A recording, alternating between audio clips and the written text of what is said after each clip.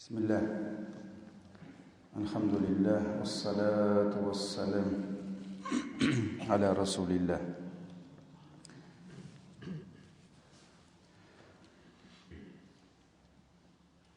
Аллах Всевышний дает человеку прекрасное качество, которое называется аль-хая. В переводе означает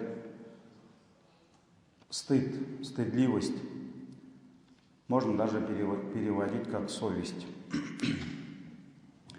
И каждый мусульманин, понимая, что он находится на земле Всевышнего, под солнцем Всевышнего, под его постоянной заботой, под его милостью, под его риском, он должен понимать, что в первую очередь он должен стыдиться Всевышнего Аллаха. Ин бірінші кіші Аллахтан ұяларға тиіш. И вот эта стыдливость, то, что он стесняется Всевышнего, оно должно быть в первую очередь. Ни даже родной матери, ни отца, ни супруги. Он должен сначала стыдиться Всевышнего Аллаха. И должен понимать, что Аллах его всегда видит.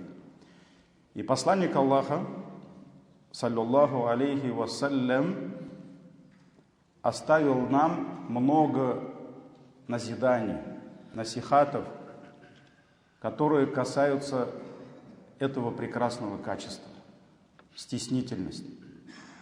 Даже был такой случай, когда один из подвижников бранил, ругал своего братишку, брата, за то, что тот слишком стеснительный.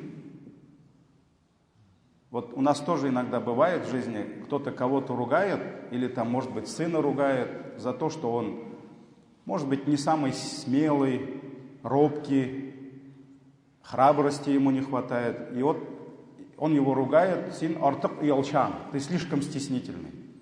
И вот так же этот сподвижник бранил своего братишку.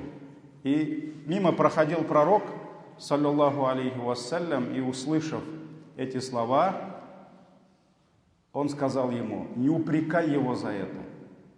Нельзя упрекать человека за то, что он стесняется. Ибо пророк, алейхиссаляту вассалям, сказал: почему нельзя упрекать? Ибо стеснительность человека от его имана. Когда в сердце человека есть иман, он должен быть стеснительным. Он должен стесняться Всевышнего, он должен стесняться своих родителей. Родители должны стесняться детей. Женщины должны стесняться мужчин, мужчины женщин. Иногда бывает, что мы даже в кругу наших братьев сидим, может быть, разговариваем на различные темы, кто-то смеется, кто-то хохочет. И вот бывает так, что какая-нибудь опайка зайдет, и все начинают уже контролировать свой разговор, потому что женщина появилась. И то, что мужчины между собой разговаривали, шутили, уже перед женщиной, это уже непристойно, может быть. Вот поэтому стеснительность – это благо, это хорошо. Но особая стеснительность достойна перед Аллахом, перед Всевышним. И вот пророк, саллаллаху алейхи вассалям, обращаясь к сподвижникам, сказал следующие слова. Эту историю рассказал нам Абдуллах ибн Мас'уд, радиаллаху ан. Истахью, пророк говорит, истахью мин Аллахи хаккаль хая. Стесняйтесь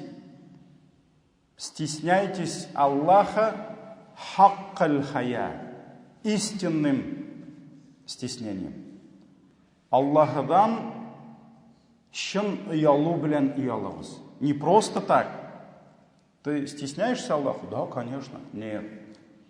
Истинным стеснением.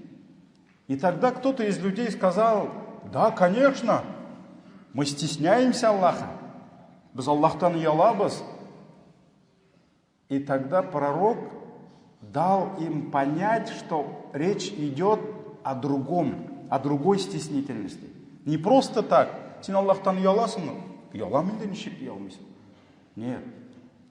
И пророк, алейхиссаляту вассалям, начал перечислять условия истинной стеснительности перед кем? Перед Всевышним. И он сказал: «Ман истахья мин Аллахи хаккаль хая». Тот, кто стесняется Аллаха, своего Господа, истинной стеснительностью, хаккаль хая. Что он должен делать? Перечисляет. «Фаль яхфадир раса вама ваа». Он должен хранить свою голову и продукты своей головы, вама ваа, его мысли, его сознание.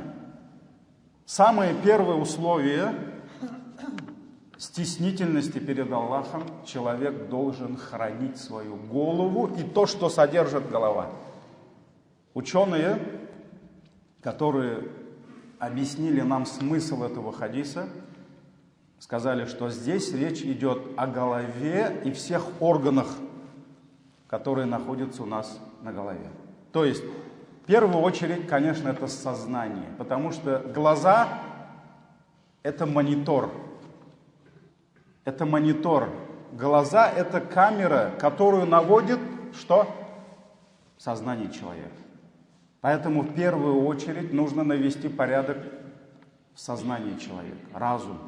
Коран обращается к какому органу человека? К его разуму.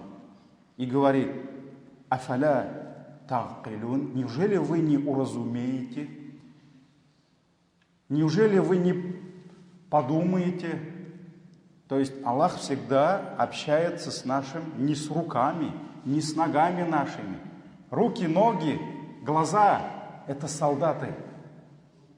Для того, чтобы солдаты сделали то, что ты хочешь, надо договориться с кем? С генералом, с командиром этих солдат. Чтобы он дал приказ, мозги. Нужно привести в порядок мозги человека. Поэтому Коран, он всегда ведет диалог с нашим разумом. С нашим разумом. Чтобы там все было правильно. Также ученые сказали, не только разум, а те органы, которые находятся у нас на голове. То есть это зрение. То есть человек, который стесняется Аллаха, он должен беречь свои глаза. И тот, кто смеет смотреть взирать на запретное, он не стесняется Аллаха. Даже вот простой пример, дорогие братья. Кто-то из нас выходит на улицу, вот в этом году лето удалось, да, знойное, пользуясь летним солнцем, девушки, женщины, они, конечно же, раздеваются, обнажают свои красоты, и нормальный мужчина с нормальной ориентацией, конечно же, для него это фитна. Для него это фитна. Я даже у одного бабая спросил, прямо спросил, ему за 80, я говорю, для вас это фитна? Он, конечно. Он мне честно сказал, конечно, говорит, а что, говорит, мы тоже мужчины, говорит. Вот. Поэтому это фитна. И вот заметьте, он один идет и позволяет себе нарушить границы Аллаха. Он взирает на красоту чужой женщины, на гаураты, да? Это одно положение. И представьте себя, рядом с ним его жена идет. Он такой богобоязненный весь, никуда не смотрят, тут же жена, она же может заметить, она может увидеть. Не дай Аллах, если она там что-нибудь... Лучше не надо. Вот лучше не надо. Нафс лишается своего удела, потому что рядом кто? Рядом жена идет. Вот. То есть он стесняется своей жены. А если нет рядом жены? Если нет рядом какого-нибудь богобоязненного человека, вот рядом с ним какой-то ученый идет, или имам какой-то ученый, имам его, которого он очень сильно уважает. Вот если бы имам рядом с ним стоял, он бы вот так смотрел бы за ней? Нет, потому что он стесняется кого? Имама. Имама нет. И мамы нет, и жены нет, и никого нет. Есть ты, есть она. Есть Аллах. Поэтому тот, кто стесняется Аллаха истинной стеснительным, он что должен делать? Он должен беречь свою голову и все органы, которые находятся в его голове. То есть это глаза, это язык. Аллах дал тебе язык для того, чтобы ты поминал имя Его, чтобы ты восхвалял Его, восславлял Его, чтобы ты, грешный, просил у Него прощения за свои прегрешения, чтобы ты посредством языка призывал людей к истине, удерживал их от предосудительного, чтобы ты посредством этого языка общался с твоими любимыми людьми, мама, папа, жена, дети, но не для того, чтобы ты использовал непристойные слова, запретные слова, не для того, чтобы ты посягал на честь своего брата, сестры посредством гайбета, злословия, не для того, чтобы ты кого-то обманывал, был лжецом. Нет, конечно. И тот, кто стесняется Всевышнего Аллаха, он всегда следит за своим языком. И тот, кто смеет открывать свой рот и произносить непристойные слова, кто-то матерится, кто-то гайбет делает, кто-то кого-то обманывает, значит, он не видит над собой, за собой взор Аллаха. Он не понимает, что Аллах его видит, и это не есть стеснительность. Поэтому пророк сам сказал: пусть он бережет свою голову и то, что содержит эта голова. Дальше.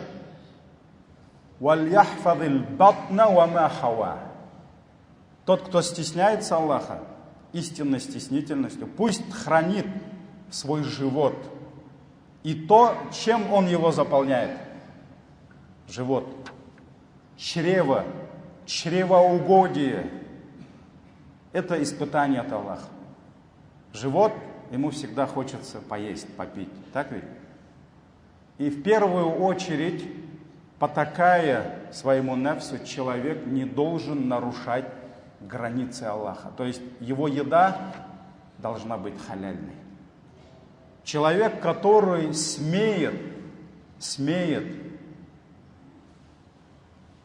поедать запретное, он не стесняется Аллаха. Он бессовестный. По-другому как это объяснить? Аллах перед ним дал не десятки, а сотни видов халяльной еды. Аллах ему говорит: «О раб мой, моя милость к тебе безгранична. Пожалуйста, вкушай, наслаждайся вот этими всеми видами еды. Тебе нужна что? Тебе нравится баранина? Бери баранину. Говядина? Говядина. Курица, птица? Бери курицу. Казы-то, гусь? Вот тебе гуси. Утки? Вот тебе утки.